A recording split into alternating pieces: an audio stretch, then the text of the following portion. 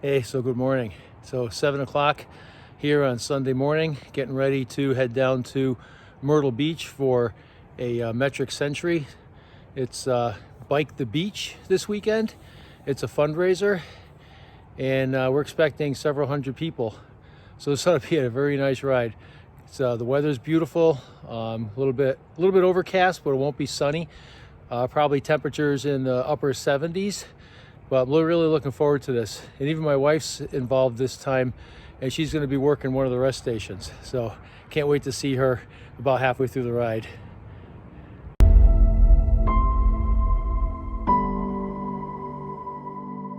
So here we're at the sign up at the start of the ride down here in Myrtle Beach.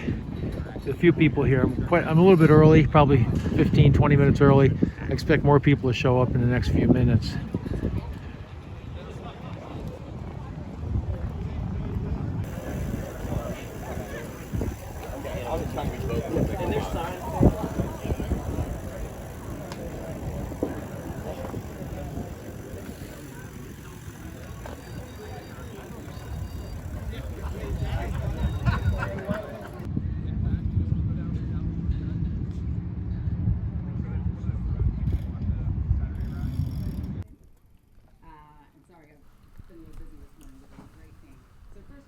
So here we're waiting for the ride to start.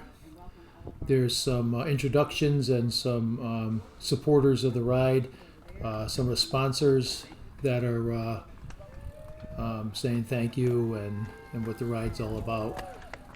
So here we are rolling out. We're down by the amusement park section of Myrtle Beach, and we're going to head down, I guess it's the beach road that will go past where all the high-rise hotels are and all the restaurants.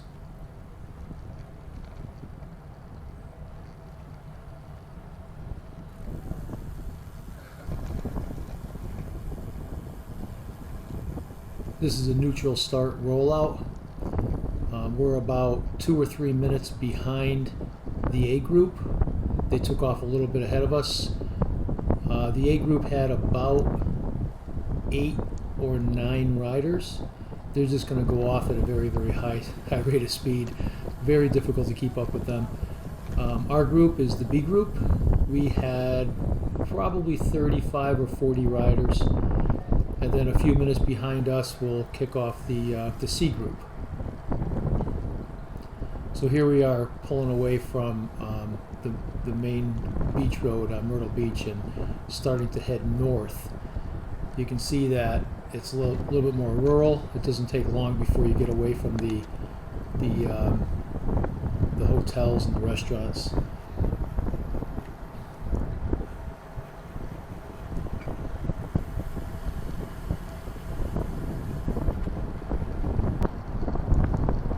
So now we're crossing over the Intercoastal Waterway. So once we cross over, we'll end up in the Carolina Forest area of Myrtle Beach.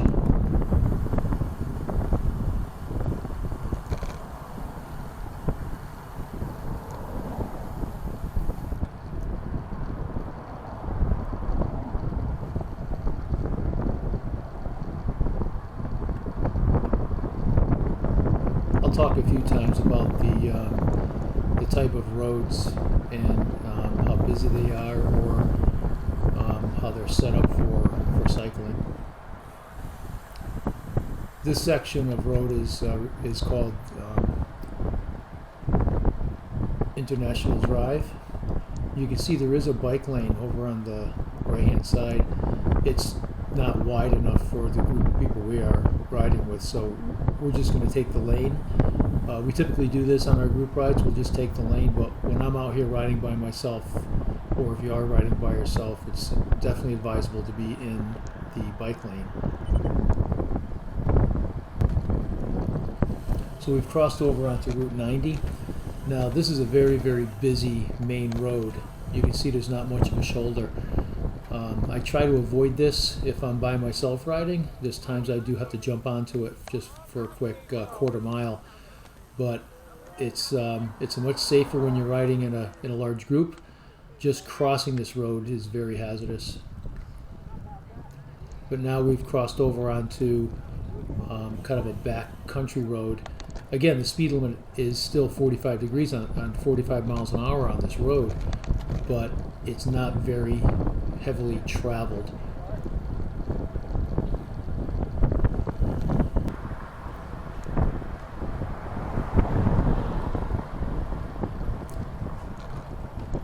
So for the most part, the cars that were passing us and the drivers that were coming around us, they were very, very polite and gave us a lot of room when they passed.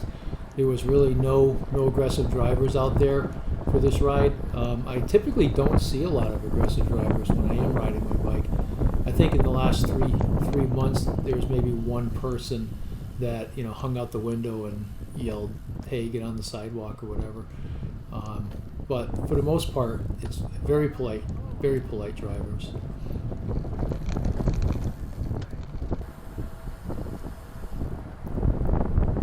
So this shoulder you're looking at is on the right-hand side is typical of what there is on the roads out down here in this section of South Carolina.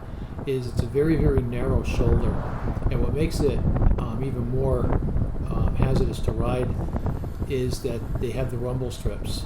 Now these are great if you're driving in a car. If you drift to one side or the other, it will alert you when your tires hit that rumble strip and keep you in the center of the road. But these roads are not very wide as what I'm used to in New England, Connecticut. Okay, we're at rest stop number 1. It's my wife behind us waving.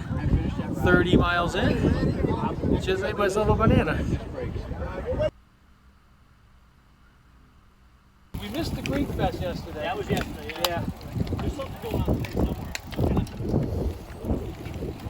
Thank you. Have a good day.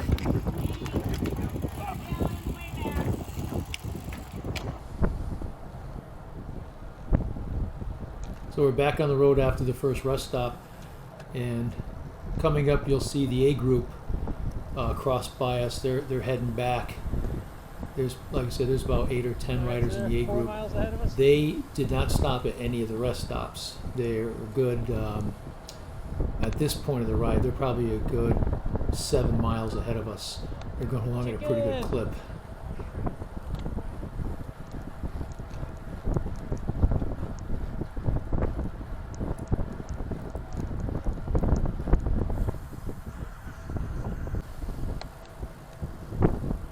So a lot of good communication on the ride.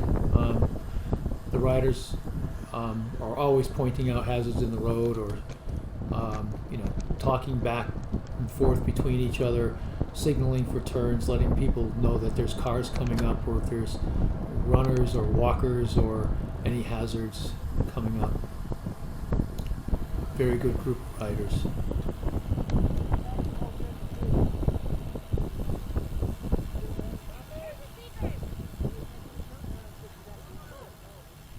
So as we're approaching this intersection, you can see the C group now coming up. Now what we've done is, since we crossed past the first rest stop, we've done an out and back basically with a loop in the middle of that. Probably I'm going to guess about 7 miles.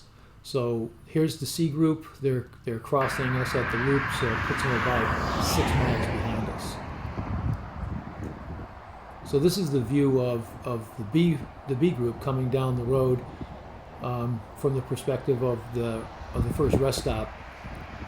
So this is the group I'm in. We're moving along pretty good. So this is what 20 miles an hour looks like.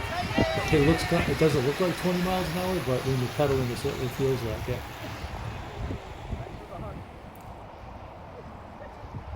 And this is not necessarily a straggler.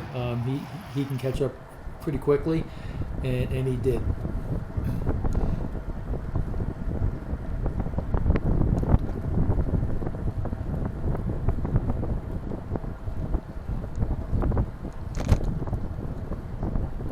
And again, you can take a look at that very thin, narrow shoulder with the rumble strips.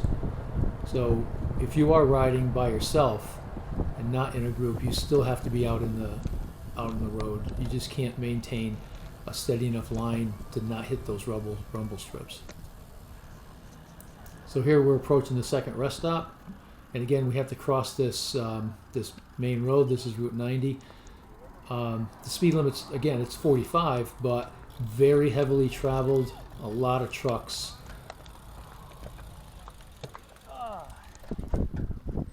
All right, so we're 46 miles in, back at the home stretch. We're here stopped at this wonderful gas station for a feed and a refill. But what a nice day for a ride. Everybody's really having a good time.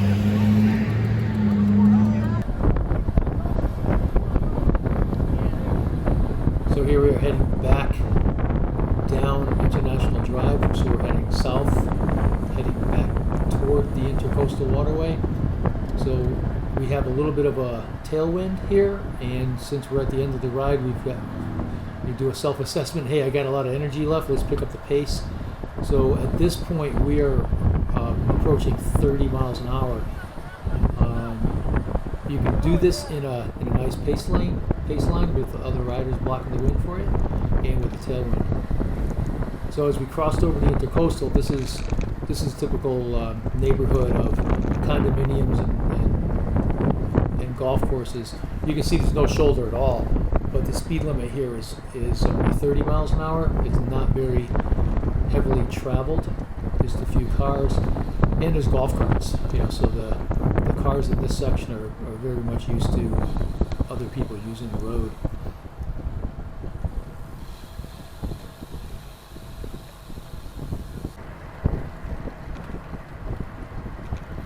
The roads are very smooth. There's not a lot of cracks or potholes or debris in the roads. Very, very nice to cycle in.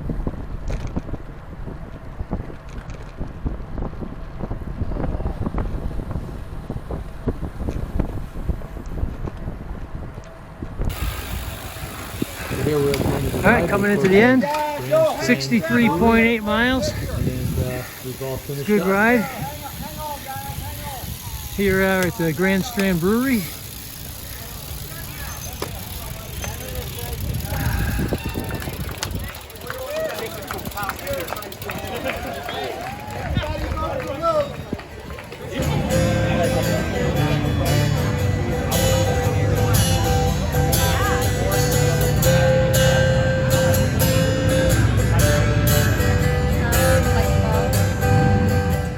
So thanks for watching the video. So the Ride the Beach is a yearly fundraiser for the Girls and Boys Club of the Myrtle Beach area in the name of Whit Oliver, who was tragically killed while riding. The ride is broken up into several different groups for different abilities. There's a 10-mile fun ride, there's a 30-mile ride, and then there's a metric century that's broken into 3 groups, an A group, a B group, and a C group. I rode in the B group, and the B group consists of a lot of the riders that I ride with weekly for the Grand Strand Cycling Club. So it was a very enjoyable ride. I can't wait to do it again next year. It's a good cause. It's a good group of people. So thanks again for watching. Bye.